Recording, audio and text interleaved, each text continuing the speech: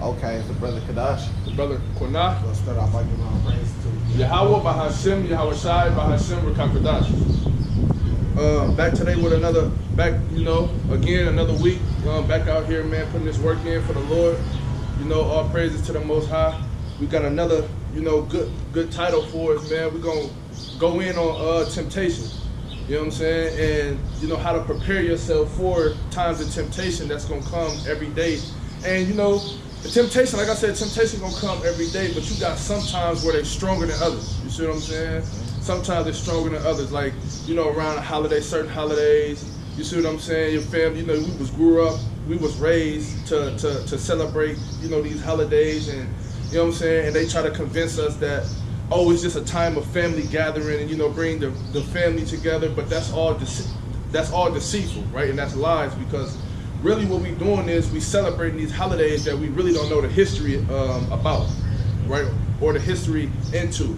And not just the holidays, just, just other things too. You see what I'm saying? So we're going to go in on just preparing ourselves for that, you know what I mean? And making people aware that you're going to have to deal with this. It's an ongoing thing. It's going to be every day, right? So you just got to know how to prepare yourself for the temptation and just expect it. Expect the unexpected.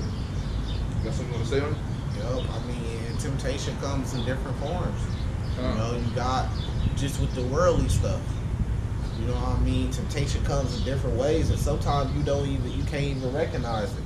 But this is why the word is keeping us grounded. It's keeping our eyes open to see the different things, you know what I mean? So you're going to be tested, you know what I mean? You're going to be chastised. You're going to be corrected by the Lord. So you got to already be in that mindset and prepare for that. So this is the book of Sirach. We're going to start at in chapter 2 at the top. It say, my child, if you are going to serve the Lord, be prepared for times when you will be put to the test. Right? It say, be sincere and determined. Keep calm when trouble comes. Stay with the Lord, never abandon him, and you will be prosperous at the end of your days. Right. So, and I want to speak on that because you see that happening. That happens a lot where you'll be having everything will be going good for you, then all of a sudden everything will start failing. Everything. You trying this angle, you trying that angle, you trying to do this, do that. Everything is no, everything is failing for you. But you got to remember that that's just a test, because what the Lord do is he'll take it all away from you just to see if you still believe in him, just to see if you still got faith in him. And then if you pass that test, he'll give you tenfold. That's what the book of Job is about. He'll give it all back to you. You see what I'm saying? Then he might come and test you again to make sure that you still on point. So even when we got our highs or we got our lows, we still coming out here to camp. We still doing this work. You know what I mean? We still trying to follow the Lord to the best of our ability, and we still having faith. We always believe in the Lord, because the Lord gonna test you that way. It ain't just Job, it's us too. And then when you look at us as a nation of Israel, a full nation, the Lord, did he test us? And he testing us right now. We had everything during the time of King David and King Solomon and the rest of the kings. We had everything, power, dominion, you know what I mean? But then we lost all that, and now we in a fallen state right now.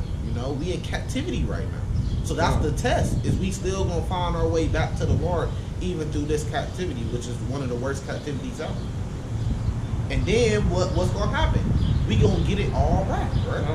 Yeah, and that's deep, because you gotta keep the faith through it all, right? Which is gonna go into this. It say this verse 4. It say, accept whatever happens to you, even if you suffer humiliation. Be patient. You know why it's so important to accept it? Because whatever happens to you is what was the Lord's choice. You see what I'm saying? So that was already set up for it to happen to you. So if you go through things, you go through tests. You see what I'm saying? You gotta know all things are of the Lord. Yep. You see what I'm saying? So if you you can't curse the Lord. You see what I'm saying? That's part of the test. That's the faith. You see what I'm saying? Because it says the Lord, everything he does is just. You see what I'm saying? So it says, accept whatever happens to you. Even if you suffer humiliation, be patient. It says, gold is tested by fire, and human character is tested in the furnace of humiliation. And I like that, because it said that be patient. Meaning you won't come out of whatever's tempting you, whatever's bad for you. As long as you follow the Lord going to deliver you from that. You're going to come out of that state of just gotta continue going and be patient. You know, things change. You might have a down area, then you might have an up area. You know, I got a precept too. This is Matthew 19, verse 28.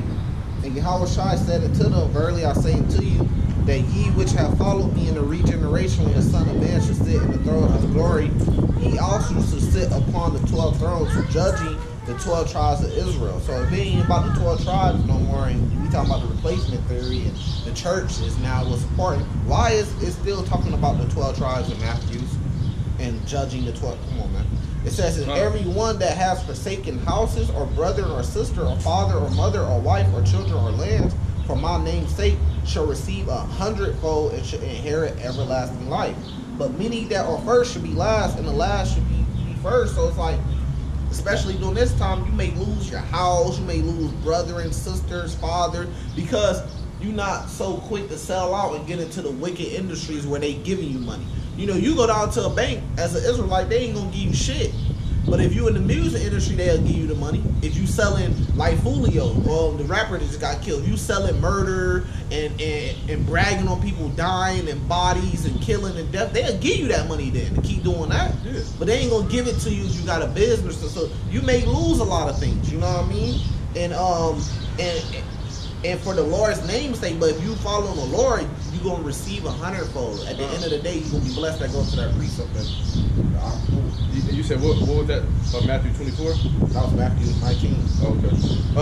The last verse on this one, verse 6, it say, trust the Lord and he will help you. Walk straight in his ways and put your hope in him. Right? Like we said, you gotta have the faith, just like the brother was just going into. I'm gonna bring out that next one. This is Revelation 18. It's a Revelation 18, verse 6. It's a reward her even as she rewarded you, and double her unto what's that one where it said come out of her? Revelation 18:4. Yeah. Revelation 18, verse 4, it says, and I heard another voice from heaven saying, come out of her, my people, and ye be not partakers of her sins, and that ye receive not of her plagues. Right? For her sins have reached unto heaven, and God hath remembered her iniquities. So it's important for us to not fall into this temptation, even though that we know it's going to come day to day, every day, right? It's going to be a constant test, a constant test, a constant test. But what'll strengthen you in those times will be your faith and you coming out of the ways of America. So these holidays, you see what I'm saying? Your birthday. I was just explaining it to my sister the other day, and she was when she had called me and she was questioning me about the Book of Job, and then conversations led to other places, and we started talking about birthdays and stuff like that. And I was just explaining it to her, like, we got to come out of that because that's not part of our culture. You see what I'm saying? Because stuff like that is what's keeping us in sin. You see what I'm saying? And this whole system, it's to keep us down and keep us in sin. This whole system ain't for us to benefit off of, man. So really, you might as well come up out of it. You know what I mean? Because what they doing is they hold a carrot, which is the American dream, in your face, but you ain't gonna never be able to reach it. You see what I'm saying? It's like a long ass stick and it's a carrot at the end of it. Every time you reach forward, try to reach it, the carrot moves. You know, and that's what the American dream is, they money system. But behind the scenes, when you actually start trying to reach up there, you start to see, oh, okay, they really blocking us behind the scenes. You know, they're making everything go through a bank. Now you got to go down to the branch. Now when you get in there, they can see who you is, and then they got different ways to be prejudiced towards you. Right. They ain't going to come out and just say, oh, I denied you because you so-called black. They going to say, well, your credit history. But you like, my credit history good. Now, what you gonna do? Argue with them? So they gonna do it in different ways to deny you of loans and stuff like that. But even when you look at America, America was built off. America's like what, 30 trillion in debt or something. Mm-hmm. So it's built off loans and debt. You see what I'm saying? But they'll give you a car loan with a high ass interest rate that's gonna get you in debt. They'll give you a home loan that's gonna get you in debt. But anything to build something, they're not going to give you that. So this system is set up for us to fail. This is like a prison. I was thinking about that the other day. This is our prison. Yeah. Right? It said that in the Bible. Now you gotta have good behavior so you can get your time cut short. What's the good behavior? Following the Lord's law, statutes, and commandments, so you can get your time cut short. So our Lord can open this prison, and that's what the good gospel is about. In Isaiah 61, it says those that are bound, so the Lord can open the prison doors and set us free. And man, we shouldn't be working no job here. We shouldn't be doing all and being a part of the system. We all should be coming together like the Israelites did in Egypt and going out to worship our Lord. You know what I mean? That's like niggas focus on being at work in prison. I know people that they can't get a job on the regular streets, but they can get a job in prison. They force you to work. They get out on the streets, right? And they go do something stupid just so they can get sent back to jail because that's all they know is jail. And it's easier for them to work in jail. That's what we doing, man. We got to come up out of this system. Not just by not following their holidays and what the bed. We got to come out even their financial system. Because that's just a trap. But how can you ask one of us to do it if it's not a big group of us doing it? You see what I'm saying? That's why Yahweh Shai was going around. He said he was telling them to leave their job and follow him. Quit their occupations and come follow him. The apostles in Acts 2, it said that they all had everything in common. 3,000 souls was added to the church, and every man pitched into a pot. They pitched into a bank to sustain each other. They all left their jobs and wherever they was at scattered and came together and pitched into one bank. So you might say, well, how are we gonna support each other if we all if we quit our jobs? Because we're gonna take everything we got and put it into a pot. And then at the end of Acts 2 it says the Lord added to the church daily. Then the Lord's gonna be there with us the same way he was with the Israelites when they was in the wilderness. They were saying the same thing. Well, how are we gonna feed ourselves? How are we gonna take care of ourselves? It was better if we went back to Egypt as slaves. But that offended the Lord. Because the Lord said, look, I'm going to rain manna. I'm going to rain food from the heavens. Y'all going to eat. Y'all going to be taken care of. Y'all just got to have faith. Okay. But they lack the faith. So we in the same situation. We in Egypt all over again. We all working our jobs. We come out on the weekend, become Hebrew Israelites on the weekend and shit. And then we go back to a regular work week. That's just like the Israelites during that time saying, well, it was better if we just stayed in Egypt as slaves. At least we had food and was getting wages here and there. But what the Lord wanted us to come together as a people and come up out of it. That's what that means. But we ain't doing that yet. Maybe something big gotta happen for us to have to start doing that. If 2020 wasn't a wake up call, I mean, come on, man. I got one. As a matter of fact, going on that what we were just talking about. This is Zechariah 13. Verse 7. Awake, O sword, against my shepherd, against the man that is my fellow. This is fellow Israelites, right? Say the Lord of my host, smite the shepherd, and the sheep shall be scattered, and I will turn my head upon the little ones. And this ain't just talking about the Christian church and Catholic church, because that's the shepherd. That's the people that has our people attention, that our people are following. The Lord says he's gonna smite them and get out the way, and then the sheep gonna be scattered. But it's talking about your camp leaders too. That's against us uniting, coming together. That's keeping the arguing and the competition going amongst camps and shit like that. The Lord gonna smite those leaders and get them out the way, and then the sheep gonna be scattered, man. Right? Because imagine if during the time of Moses, right, with all the I don't know how many, but it may have been hundreds of thousands of Israelites they said that passed across the Red Sea, right? Now imagine if amongst that 100,000, which probably was more, you had groups of 1,000. You had 100 groups of 1,000. And they was bickering, arguing over doctrine, couldn't come together, saying we can't walk with you. How could two walk together except they be agreed on? But then you go to Paul's writings where it says if you have an unbelieving wife that's good to dwell with, you're supposed to stay with her. But if y'all not, so how can two come together except they be agreed? The same way that you come together with an unbelieving wife. Y'all not agreed because you want to follow law, she don't. But Paul saying still stay together. Same as that. Come on, man. So then it's confusion. You can't tell me, you can't go to Amos 3 and say, how could two come together except they be agreed? And then go to Paul's writings and say, if you got an unbelieving wife, stay with her. Because that's a contradiction. Because you saying two people can't walk together and come together unless they agree on doctrine, on everything. Right. But your unbelieving wife, she don't agree on doctrine because she don't believe in keeping the Sabbath days. She don't believe in following law, statutes, commandments. You do. But then you say, okay, well, stay with her. Right. Come on, man. Which one is it? Because the Bible also says if your right hand offends you, cut it off. Is it talking about literal right hand or is it talking about whoever's closest to you? If it's going to get you to fall away from the Lord, cut it off. Because that's what King Solomon should have did in his old age. Should cut off the wives, them strange wives that turned his heart away from the Lord. So man, y'all don't really know the Bible, man. It's more important than that. Stop putting your own twists and turns in it and just accepting it for what it is. Exactly. You see what I'm saying? And going off it like that. Exactly. So just imagine. What you got, another one? Yeah, I gotta finish this one. So just imagine if during the time of Moses, the Israelites were just broke into little groups, ABC boys, EFG boys, and they just kept fighting each other. They would have never left Egypt. But they left together.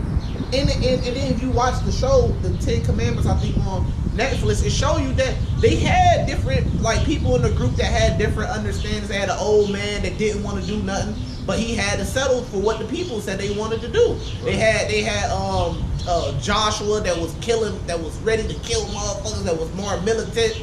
You see what I'm saying? But they still found a way to come together because they knew one thing. It was more important for them to come together and come out of Egypt. You see what I'm saying? Then everything else was figured out, right? Right. Because when they went to the wilderness, what was the Lord doing? He was correcting them. Right?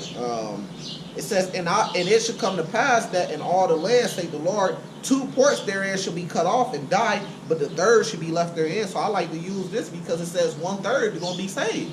Two-thirds going to die. What's 1/3 of 100 million Israelites in the Americas? At least 100 million, because it's at least 40 million so-called black people. So when you add the Native Americans and Latinas and Haitians and shit like that, we got hundreds of millions. So what's 1/3? That's at least 30 million people that's going to be saved.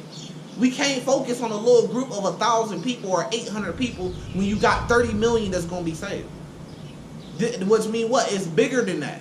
If you say that salvation is based off your doctrine, you got 30 million people that ain't even heard your doctrine. But that's going to be saved. That's prophesied to be saved. So it can't be about the doctrine.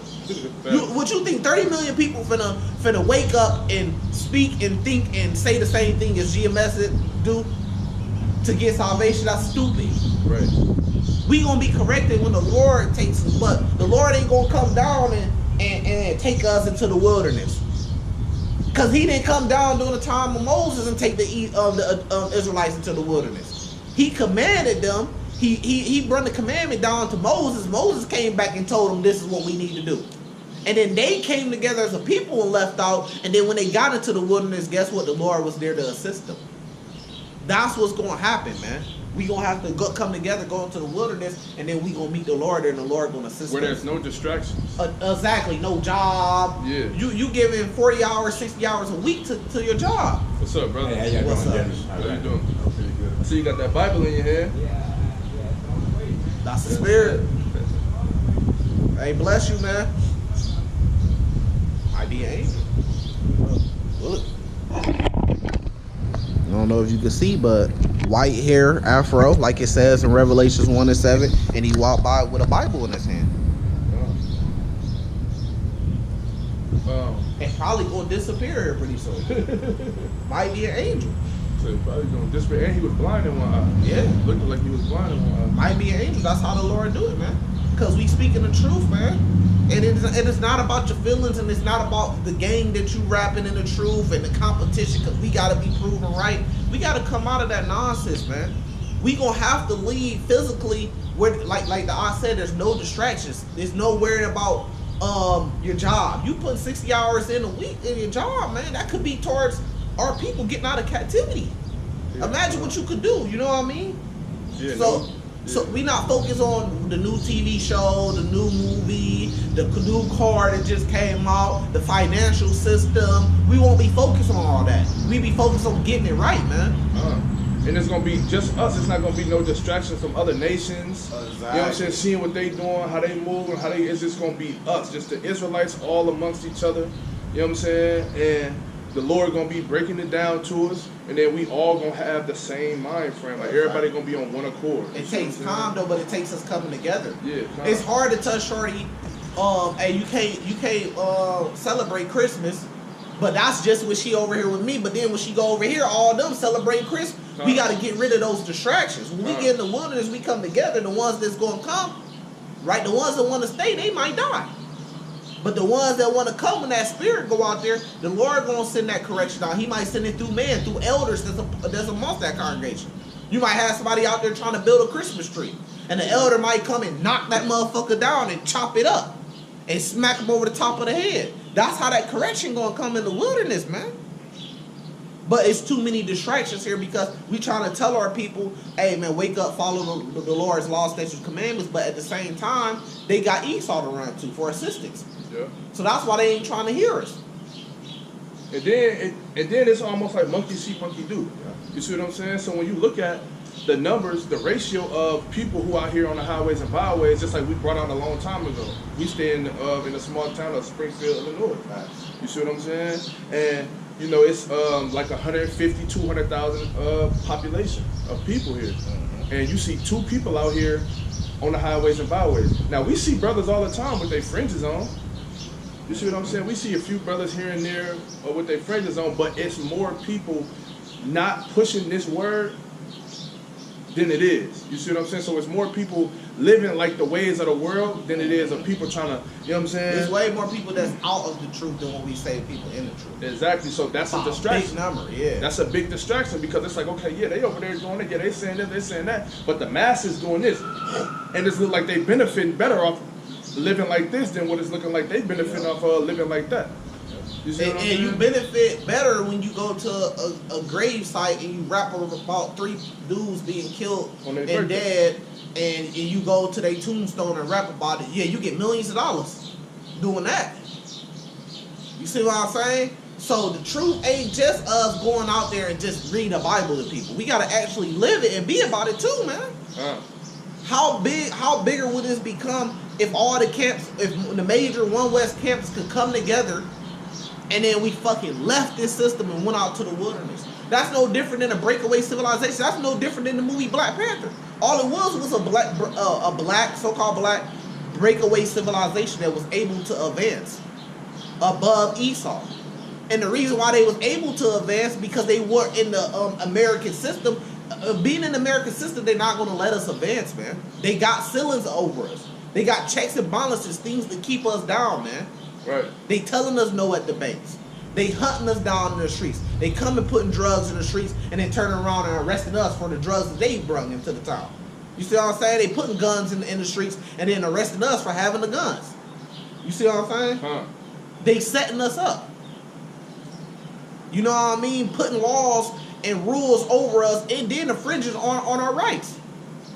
That's to keep us down. Our leaders, they cutting them off. We have to do a breakaway civilization. That's what us going in the wilderness is. That's going to be a breakaway civilization. Man. And some of the, like, this is, like, when you do the history of the Bible, like, when you read about the Israelites, as long as they around other nations, even going all the way back to the book of Genesis, you see what I'm saying? Even going far back to the book of Genesis, anytime we've been around other nations is when we always go off. You see what I'm saying? When we by ourselves, we good. We too scared. Man, you know how much money we got if we all came together and put it in a pot. So the disciples in Acts 2, they did that. So imagine if we did that today. Right. Y'all worry about working a job, a 9 to 5. We came and put all our money into a pot and left this motherfucker. We can start our own country. You got countries like in Dubai, like in Saudi Arabia, and some in Africa, because they was trying to do this in Libya, where they got free health care. They don't pay taxes. Nobody pay taxes. They don't pay a light bill. They don't pay bills. A garbage bill or none of that. They don't pay for schooling. And the country, the government funds them like monthly or yearly or some shit like that. Yeah, some of them get monthly checks in some of these countries. So this system we living in, it don't have to be this way because it's proven on other places on the earth. We decided we scared. We love America. We scared to come together, put our money in the pot and lead this bitch and go into the wood. We scared to do that, man. But that's what it's going to take. The Lord waiting on us, man, to seek Him, to come up out of this system and seek Him. The brothers who use that verse and just say, well, don't follow the holidays and the ways of this world. But what was Moses doing during the time of Egypt? When he came about, they physically came about of that place. That's what we got to do, man. In the wilderness, then the chariots come, because you still gonna have brothers that's gonna be scattered. That's not gonna be a part of the movement. That's not gonna be a part of the movement that comes out. That's what we got to do, man. You gonna get way more followers, you way more effective than what we doing now, because then people gonna see us and be like, okay, they really real about something. You gonna have a lot of so-called black men when they see a movement like that that's gonna come and join it to get out. But they looking at us right now like, oh, they just talking. All we do is cut on YouTube and see them arguing with each other. All we do is cut on GMS. We go to GMS, a couple GMS pages. All we do is see them talking about IUIC. Who the hell is IUIC? Imagine somebody coming in the truth. Now you follow on GMS. Now you feel this spiritual attachment to GMS. Now you beefing with IUIC. You just came in the truth. You don't even know who IUIC is. Right. Now you putting up videos talking about Bishop Nate. And you 18 years old coming into the truth. You just been in the truth for 1 month and you making videos about Bishop Nate and you don't even know you Bishop build Nate. an actual hatred for him. And you never been to no fucking New York to meet the elders. You just going off inheriting they beef. So you come straight into the truth already sinning. And you supposed to be trying to get right. You come straight into the truth with hatred. That's automatic. That's a sin. Facts. You see what I'm saying? So you already finna come in. I mean, so it's not even finna probably go good for you already. But that's the mislead. So we've been misled. So a lot of times we've been just imagine, right, growing up, you know what I'm saying, in the hood, you absent your father. You see what I'm saying? And you grew up in the hood and you being misled by the older cats in the hood, giving you packs. You know what I'm saying? Putting you up on licks, they misleading you, and then you come into the truth where you think, okay, boy, I'm gonna come in and try to change my life, and then now you still being misled by people who you thought was supposed to or was gonna lead you down the right path. Finally in your life, you see what I'm saying? All your life you've been being misled. You see what I'm saying? And that's what they doing, bro. They doing that. You see what I'm saying? By putting that energy out there and making brothers think that shit is cool. And then they lying. This shit is really dying out. A lot of brothers fall out the truth because when they get in the truth, all they see is just us fighting with each other, just competing with each other. It's nothing real. Like Yahushua wasn't just out there teaching. He was feeding. He was healing. If you heal somebody, what's that called? A doctor. If you feed somebody, what's that called? A supplier. A supplier or like a grocery store. You see what I'm saying? So Yahushua was doing those things. He was healing people. He was bringing people back to life. He was feeding people. He was teaching people. He was turning water to wine. He was saving people from sicknesses and shit like that. And he actually had a movement following him. It wasn't just no go out on the weekends from the church. They was following. They was living amongst each other and stuff. He was basically on what Moses was on. We actually gotta do that, man. And that's gonna be the movement. And then when you see that being done, that's the house of David. That's the house of David. That's the whoever the leader of that, he may be King David. When that spirit come around. But we just so scared. Why we can't do it? Oh, cause we just gotta be in America, right? I can never leave New York. Man, see, it's bullshit that we hear, you know, but that's what it is. That's the spirit that's floating around right now. Yeah, I got and it's kind of go into what we was talking about. That's what we need to do. Y'all not tired of this shit, of this system? You gotta have a movement, man. It's not just, hey, wherever you at, just go out on the highways and byways and talk. It's not just that. That's a part of it. But we gotta have a movement, man. And then the rest gonna come. This is 2 Timothy 4, verse 1. I charge thee therefore before God and the Lord, Yahushua Mashiach, who should judge the quick and the dead at the appearing in his kingdom. Preach the word, be instant, in season, out of season, reprove, rebuke, exhort with all long suffering and doctrine. This is what y'all don't do. Y'all not exhorting. But y'all love to do the rebuke part. Right? For the time will come when they will not endure sound doctrine, but after their own lust shall they heap to themselves teachers having itchy ears. And they shall turn away their ears from the truth and shall be turned into fables. So that's what you see with the Christian church, the Catholic church. They're more involved with the lies and the fables, not really reading the Bible for what it is. Right? Can a man have multiple wives? Did King David, did King Solomon, did Jacob, the 12 children of Israel was born from a man that had multiple wives. But you go and your pastor tell you no. Where's that at in the Bible? You see what I'm saying? Just because they probably Christians and Catholics. You had to come down here and see us. But look, I mean, look, when we first got out on the highways and byways, people were scared to come around us, man. Who these black dudes are here? Now they was just scared. Now, but this is what I'm saying though. He was just over the two that doing the restaurant. I think he walked over the store. Or maybe it's somebody else. But now they not even scared of us no more. They like, man, them people harmless. They ain't doing shit. Oh yeah. We not even a threat no more. Yeah, people be walking up to us like. Because once you do, we not once you watch the videos and you watch how everything going on, it's like before they self-destruct, it's like just let them self-destruct. Yeah, they're gonna take their own self out. And what? That's been the history of us as a nation of people. Yeah.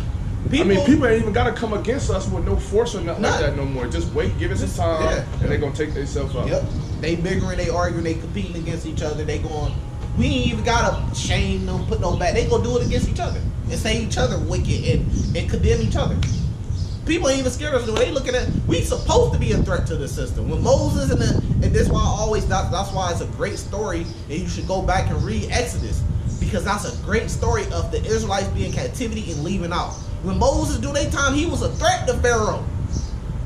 They was getting plagues put on them.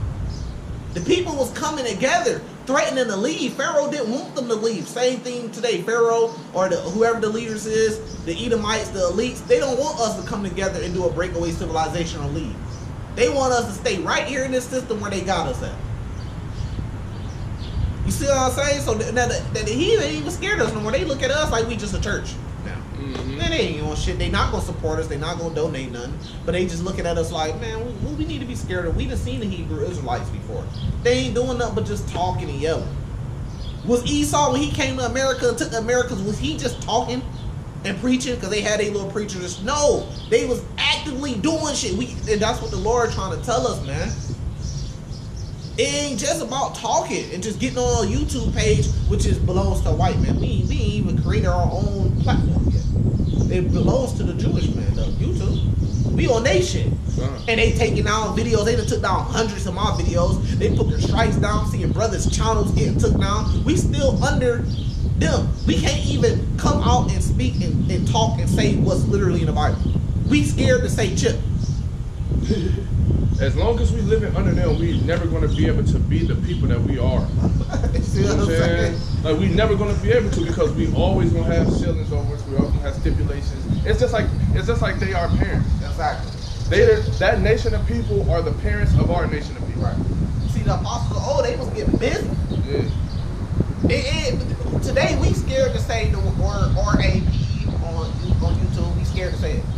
We scared to say the word CHIP. The jab. We scared to talk about all that on YouTube because YouTube got power over us and they can take our page down. So we scared to say those things. Just think about it. That lets you know that we ain't even no threat. I ain't saying we gotta be a threat physically with guns and weapons and fight. No, but the Apostle O was a threat based on how they was teaching. They was raw with it. Look, they had to kill MLK because he had a million man march. He got 1 million brothers out there and sisters out there together. Damn. So how big is your camp of 2,000 members? Martin Luther King had 1 million members out there with 1 million man march. Ain't no camp do it. All y'all see, they get praised for bringing 800 men together to march. MLK had 1 million. Stop thinking you so effective, man, and be humble, man. We got more work to do. Stop thinking you just got it. You already got 100% true, and whatever you doing, just keep doing that to the end of time so you already got it. No, there's still correction. There's still things that need to be done, man. They had to kill him. He was too powerful. He was too able to bring that many people together. And then imagine if he, because what his last words was, I believe I'll walk my people to a burning house. So imagine if he took those million members and told them, let's go, let's leave. And everybody quit your job, don't work, don't go to work. This place would have fell overnight, man. Which is the same exact reason why they killed Malcolm X. Exactly. You see what I'm saying? Because him and MLK was finna team up. Now imagine if they would have teamed up together, how many people, the black, so-called black people, they would have put, not just black, Latinas, Native Americans was a part of both of those movements. And you had Edomites, who are people that appeared to be Edomites that could have been Israelites that was a part of both of those movements. Now imagine if they was able to get people together and say, look, we tired of America, don't nobody go to work, go on a strike. When the truckers get mad, what do? They go on a strike. Yeah. They get what they want after so long. When they came talking about the assault weapon ban, what happened? All these white boys teamed together, the sheriff's office, the departments of correction, all these different places teamed together. They got what they want. They said, well, that's the law, but we're not going to enforce it. We got to come together, man.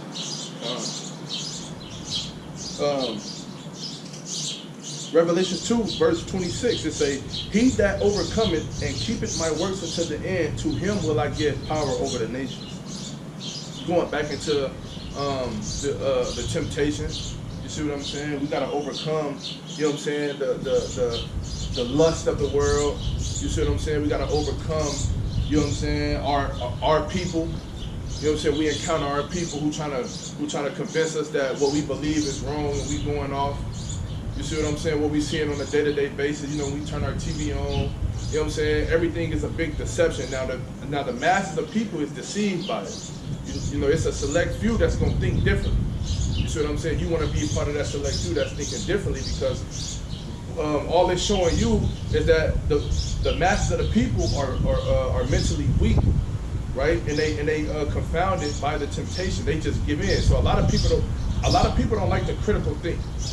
You see what I'm saying? A lot of people don't like to fight back. You see what I'm saying? They just like to give up. So they giving in to the temptation. You can't be one of those people, because it's not going to end well for you.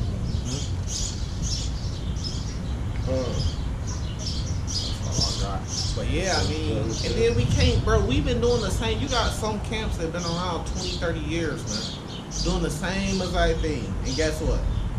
They in the same place a Christian church is, or probably even smaller than that. That lets you know that this ain't about that. That One West way, that was a stumbling block, and you know it was, because that came to an end. So the Lord said, if it's not of me, it's gonna come to an end. Didn't One West school come to an end and get all split up and broke up, and there's a whole bunch of corruption going on? So why are we still copying that same way then? Because that's all the camps doing. You just doing what the One West camp did, and then putting your own little spin on it. Same thing. And then they all come to an end, or they all die down because of corruption. So the Lord telling us it's not about splitting yourself up into a 1,000-member camp, man, like One West did. It's bigger than that, man. You got to think on a bigger scale. We talking about 30, 40, 50. We talking about millions of Israelites being saved, man. You got to think on that type of scale, not just the guys that's in your street and your hood and 10 of y'all down at the camp talking to each other. We talking about millions, man. We got to think bigger. But you know, yeah, man, shit's getting out of hand. Yeah, I mean, me, it just